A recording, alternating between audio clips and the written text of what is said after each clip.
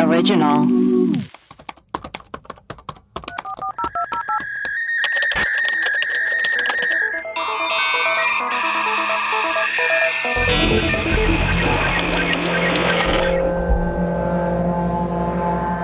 Hello and welcome to Web Crawlers.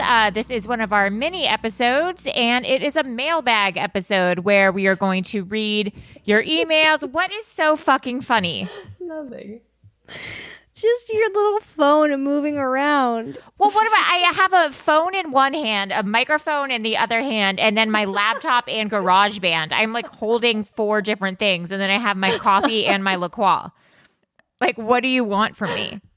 I can't do it. I like women. You're perfect. Women can do it all, but like not this much. I had technical difficulties this morning because my AirPods wouldn't sync, so I'm like zooming through my phone, and my earpods are going through my AirPods, whatever, and then like I'm recording through my computer, but I can't hear myself in my computer, so I don't even know how the sound quality is, or even if it's recording. And then it's just too much for me on a Monday. Are the bars moving? Yeah, baby, the bars are moving. That's all you need. Yeah. Just need those bars to move. Move those bars. Anyways, as I was so eloquently saying before I was so rudely interrupted, this is our mailbag episode, and where we listen to your voicemails and read your emails. I am Allie Siegel. I'm Melissa Stettin. And I'm producer Maria. Cool. So thank you guys first and foremost for being in the Discord and being so active in the Discord. It's been super fun in there. Yeah, everyone's so nice. Everyone's sharing pictures of their pets. Yeah. We have different chats. There's like people are sharing spooky stories, episode ideas. Yeah. So We've got regional bimbos. We've got the Midwest bimbos, the Southeast, the Southwest, Canadian, international. yeah, it's really it's a real hot party in there. So if you haven't joined yet, Spot. it's a hot spot of activity. So if you haven't joined yet, please do. And also join our Patreon, patreon.com/webcrawlers. I was thinking of maybe recording a few things today and then just putting them up. Whoa, Yeah, like why what? not? Like yourself? Just like I was just going to say some thoughts and then put them up. I listen to all of your Patreon episodes that you put up yourself. I love them all. Just going to say some Allie's Corner, just some thoughts. So get ready. I might release some thoughts today to Patreon members. Anyways. Some poetry. some beat poetry and stuff.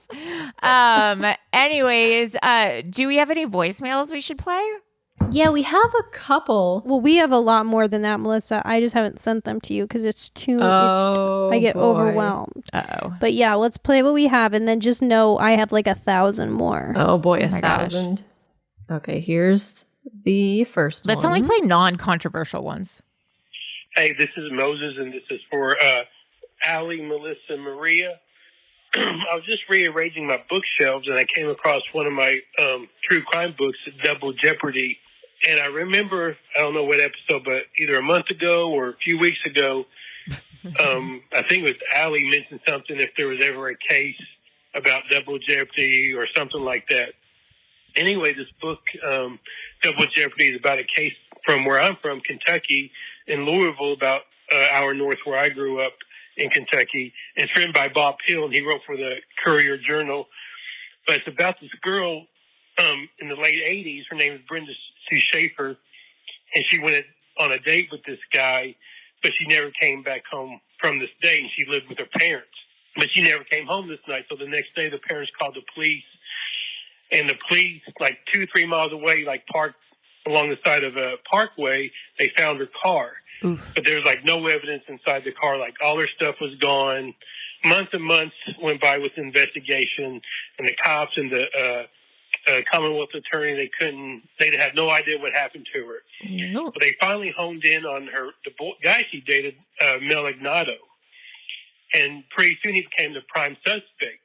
But they got a couple of search warrants to search his house. They searched his girlfriend's place, and there's absolutely like no evidence linking him to her disappearance because he said he took her home or whatever. Police finally arrested him because they thought they had a good circumstantial case. and they put him on trial, and they charged him with murder. But since they didn't have any physical evidence, and his girlfriend at the time wasn't talking, she kept her mouth shut, and she actually was held in contempt of court because she wouldn't testify. He was found not guilty of her murder. Anyway, to pay his legal fees, he had to sell the house he grew up in with his mom, and his mom had already passed away by this point. When the family who bought the house moved in, they were renovating the hallway, and they were tearing up the carpet, or they were repainting one of the walls in the hallway or something. One of the people, they removed one of the vent covers, and inside the vent, he noticed this plastic bag. Oh no! And he opened up the plastic bag, and there's like 5, 6, 7 rolls of film. He knew who lived in the house before, Malignado, so he called the police. Well, the police came. They bagged the rolls of film. It ends. There's another one. What if it just ended on that? The rolls of film. Here's part 2. Hey, this is Moses again. That was whack as fuck. Y'all need to get like longer recordings. Sorry. Anyway, so they found this. So when the police developed this roll of film, on the rolls of film, Malignado and his girlfriend actually took pictures of Brenda Shue Safer's rape and torture of the night she was killed. Oh no! And shit. I'll leave it at that because I don't want to give away the whole ending about what happened next. But the book's called Double Jeopardy. It's a case in Louisville, Kentucky in the late 80s. But there you go. All right. Have a good weekend. Stay safe. Peace out. Oh my God, now I'm dying to hear the ending. I can't believe he left a cliffhanger. We got it. What a cliffhanger. Maria, send us another voicemail. I want to play a few more. Okay, here it is. Hey, this is Jack calling for Web Crawlers. Jack. I've only been listening to the show. I'm very new since quarantine, maybe a couple weeks, and it only took that long before you guys mentioned my hometown, which is also Bellingham. Caller called in on the last episode. And yeah, Bellingham has a bunch of weird, messed up stuff. And one that I thought you should know about is that when I first moved out of my parents' home and had my first place, first time living alone, it was just outside of town, in the woods, Pacific Northwest, really creepy. And the only thing that was nearby was a small bakery across the street. And during the night, I'd get spooked and scared living by myself for the first time.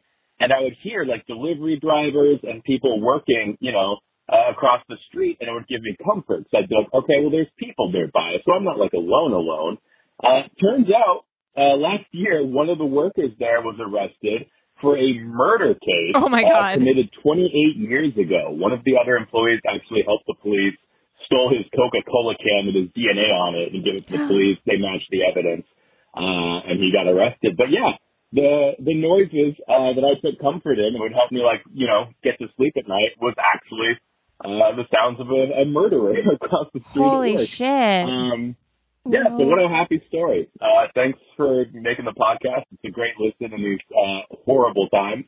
And I'm going to take a stand. I think women should have the right to vote. Wow. Oh my God. Great voicemail. He sounds hot. Jack or Jake? I know, right?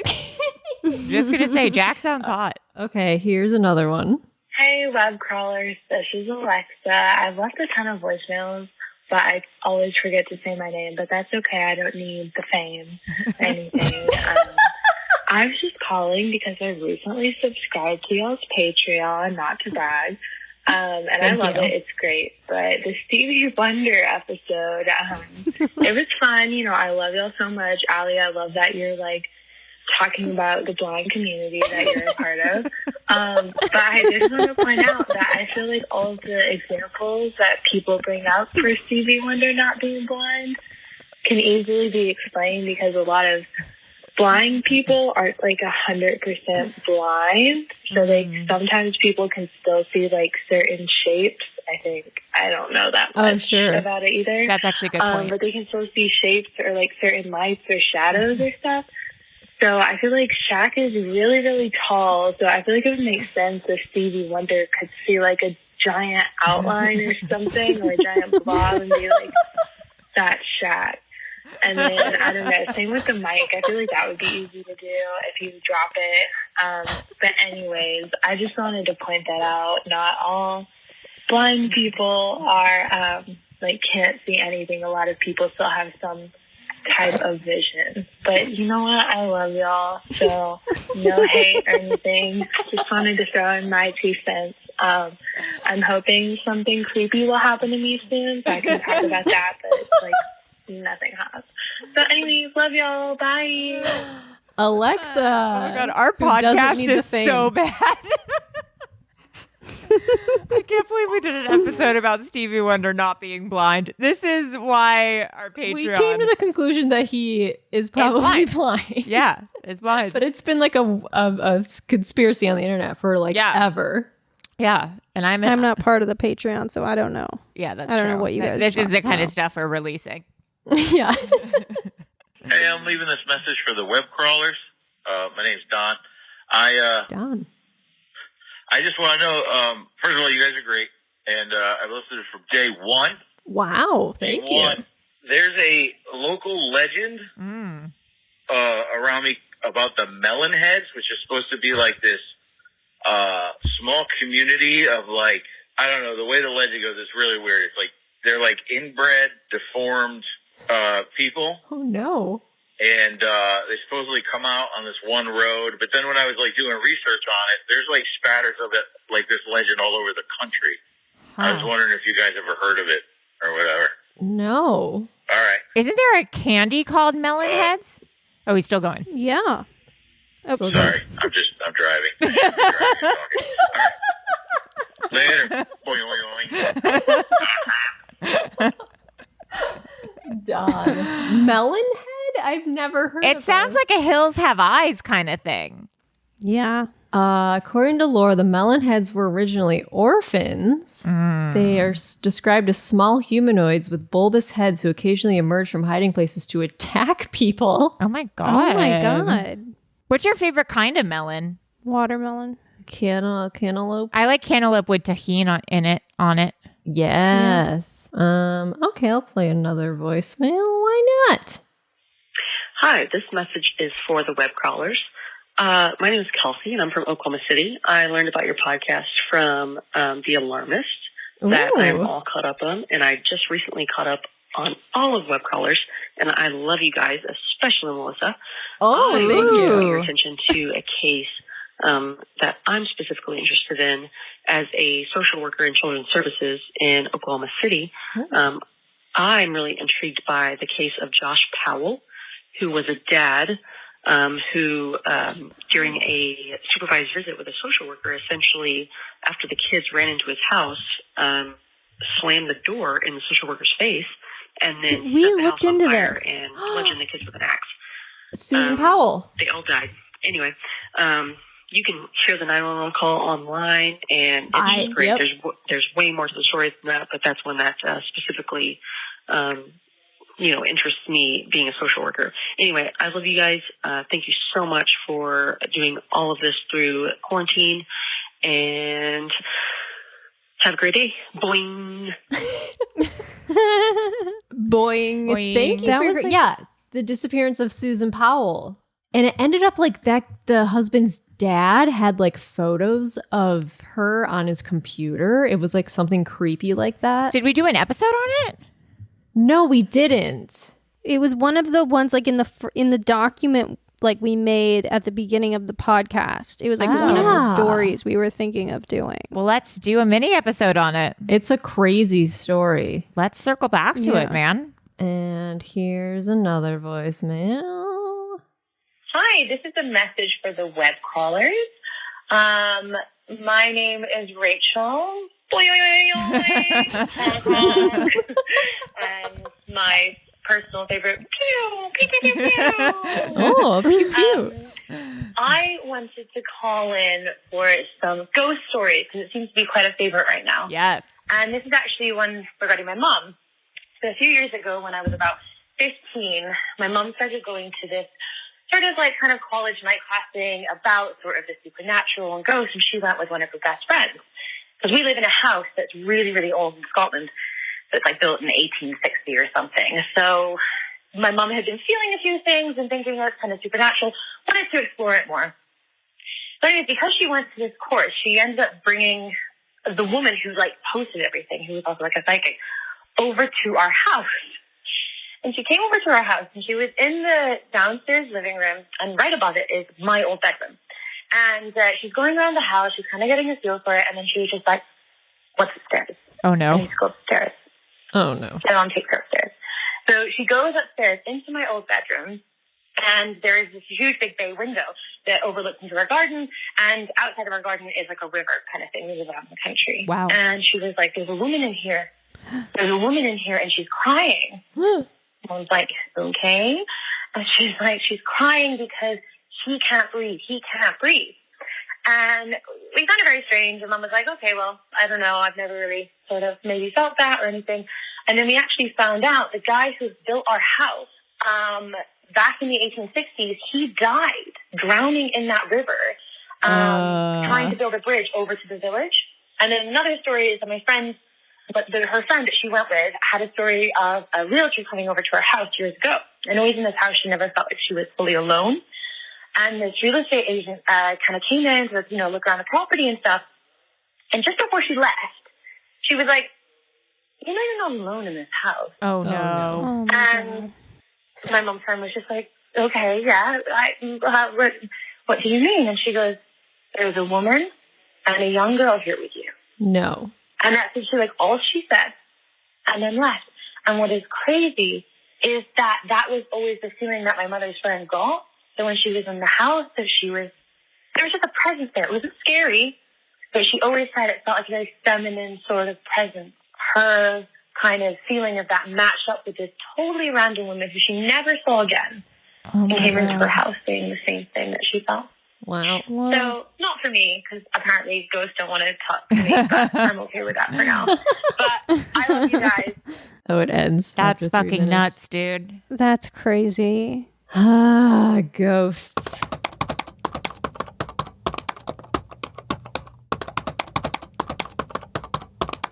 Yeah, let's play this last voicemail for today. This message is for the web crawler. Web. Okay, so I'm going to try and do this super fast because I don't know if I'm going to get cut off or not, but I just wanted to say I'm the girl that called in about pee being stored in the balls, and I just wanted to apologize. I feel like you guys were so confused, but it was so funny. And honestly, so I'm going to tell you the story. I'm going to try and say it super fast so I don't get cut off. It's not my story, though. It's my mom's coworker's story. I wanted to call into one of your live shows, but honestly, I'm too afraid. Like, I don't know. So here it is. Oh, do it. So my mom's coworker, I feel like this was like 10 years ago. She was working 3 jobs at the time, and she was studying for finals while she was in school. So one night, while she was like staying up super late studying for finals, she decided to go home. It's probably like 2 or 3 in the morning, and she was driving home. It was like in the middle of nowhere, and she was super, super tired.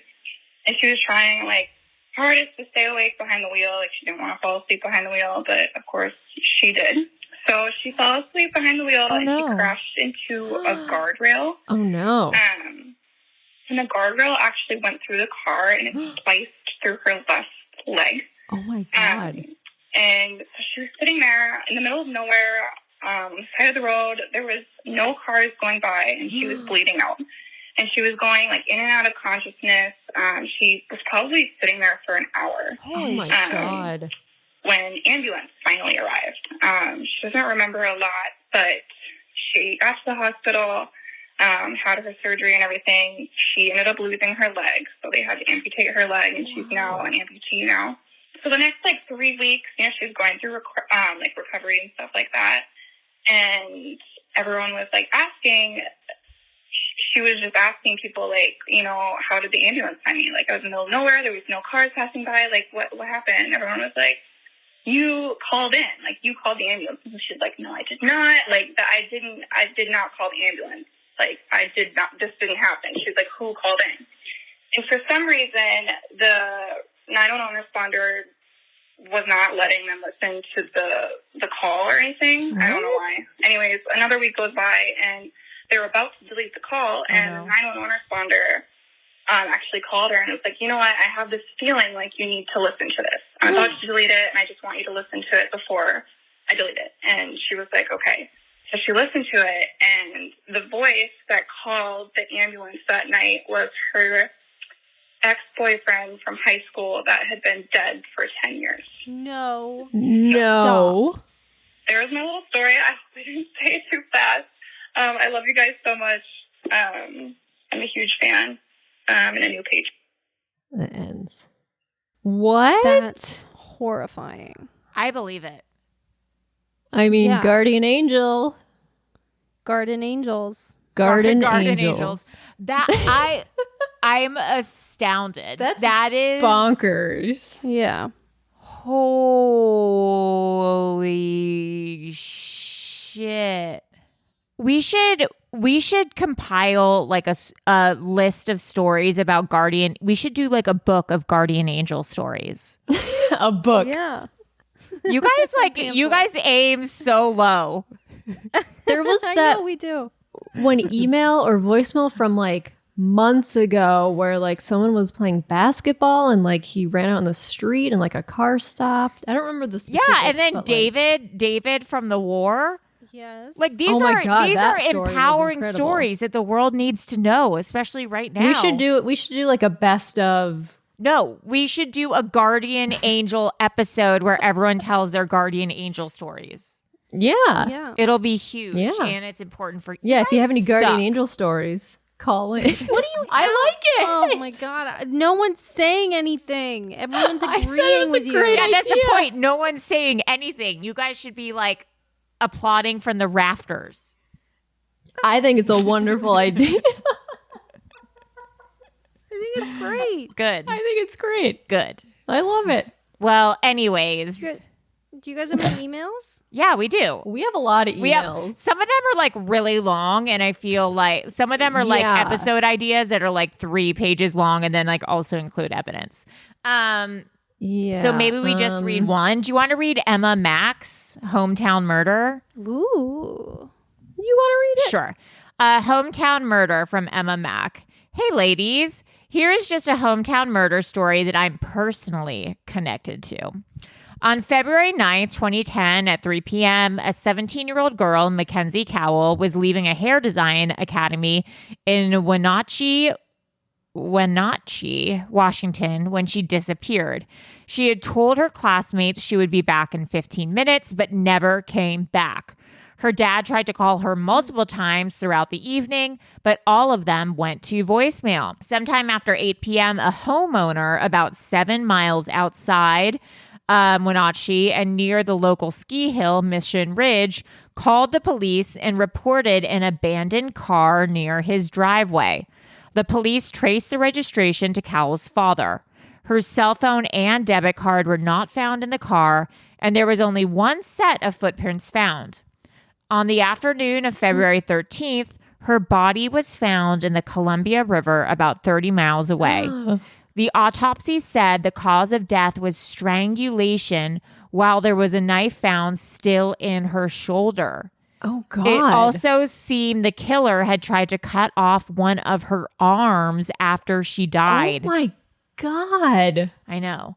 Eventually, tips and a DNA match from a piece of duct tape found near her body led the cops to 29-year-old Christopher Scott Wilson, one of her classmates at the Hair Design Academy. After a bunch of bullshit, he pled guilty to first-degree manslaughter and is eligible for parole in 2023. The Cowells were close family friends of ours. Mackenzie had babysat me once or twice, and our fathers worked together in construction pretty often. I was 12 in 2010, so this was a pretty important event in my life. Oh my God. Even if I didn't totally understand the horror of it quite yet. That is insane. Thanks for a rad podcast, Emma. Holy shit. Jeez. Wait, he's eligible for parole in 2023? Yeah, he like years? he like hardly went to jail. That's crazy. I mean, hopefully he doesn't get out. Oh my God. Jesus. I'm sorry you had to go through that, Emma. That's crazy. Yeah. Oh, here's from Eric. This is, remember the insane phone call? Yes. This is that they got from the inmate. Yeah. This is Hagen Web Crawlers. Thank you so much for reading my email. Regarding Nikolai, I guess I should have spelled it Nikolai. But that was from an earlier episode where a person was named Nikolai, and I just liked how you pronounced it. That's all. Nikolai. Anyway, sadly, Marvin Gabrion has not called back yet. I'm still waiting, and I will definitely get back to you if he does. Anyway, thank you. Best, Eric. So no update yet. He said if he gets it recorded, he'll share it with us. Yeah. That'd be scary. That would be scary. This one, Bethany, my Springfield 3 connection. Ooh. Hi, all. New listener here, thanks to PF Tompkins. Hello. I was very excited to see you guys cover the Springfield 3, which happened in my hometown. I was young when this happened, around 6, but remember my parents being so shaken and seeing the coverage on the news. I still get weird vibes when I drive past the places where the bodies are allegedly buried. Oh, yeah. That parking lot or whatever. Parking garage or whatever. Yeah. Anyway, Springfield has another unsolved murder involving a man named John Feeney. His wife and 2 kids were found murdered inside their house. Spooky in and of itself. However, we were neighbors with the Feeneys. I was around 10 and remember being so spooked by all the police. We would always run as fast as possible by his house anytime we walked around the neighborhood. Next time you do a live Zoom episode, I'll call in and share more information. Please do, and tell you the scary story of the man in my room that ended up in a robbery. No, what? Oh my God. Peace and love, Bethany. Bethany, that's so scary. Oh my God. Wait, should we read this one more? Melissa, read this one. My mom lived with a serial killer from Alexa. Oh God. This is from Alexa. This is my mom lived with a serial killer. Hi, web crawlers. My name is Alexa. So I'll just I wonder if it's the same Alexa that left a voicemail? Maybe not. Maybe. There's got to be more than one. So I'll just get right into it. My mother lived with a serial killer while she was pregnant with me. His name is Leslie Williams. Photo and link below. Ew. So he's actually my mom's sister's late husband's brother. My mom's sister's late husband's brother. Okay.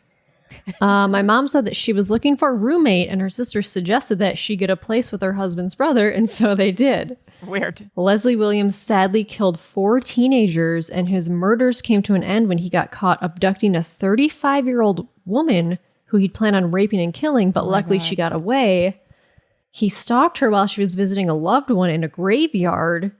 He thought she was alone, but apparently her father or someone was waiting in the car while she was at the gravestone and saw Leslie throw her into his vehicle. Holy shit. But was able to get police involved quickly enough to stop him from succeeding in abducting, raping, and killing her. My mom and dad were both interviewed by police, but had very little info to give them. They said he was a quiet and nice guy who kept to himself. Crazy, right? Anyway, love you guys so much. Keep on crawling the web. You guys are great. Honk, honk. P.S. Don't go to graveyards alone, Alexa. Jesus Christ, that's so scary, man. Well, I think that should probably do it for today. But we still have so many more emails to read. We will catch up at some point. We'll start with emails. Yeah, the next mailbag it's crazy episode. how many we have. And don't forget, this Friday, we're doing another live Zoom, 5 p.m. I wonder if maybe Pacific time. in the beginning of the live Zoom, should we read a few emails? Like maybe read 2 or 3 emails or something? Oh, that's a good idea. Just to get I it don't know. started. Maybe, maybe not. We'll see. Maybe, why not? Maybe. Maybe. I mean, the people Maybe are not. there. It's like, you know what it makes me feel like? It makes me feel like when you go up to order at a takeout place and then they take a phone call.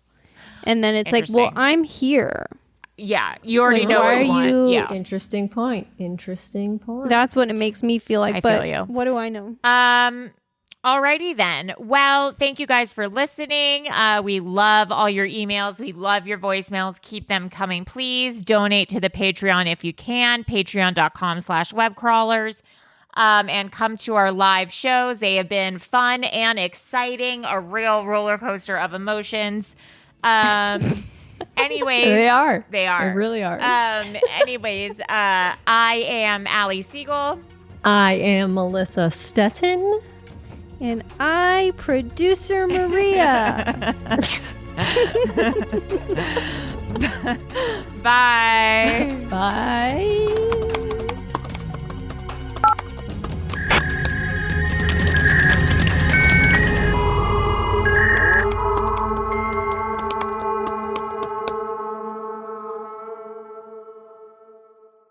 An Erios original.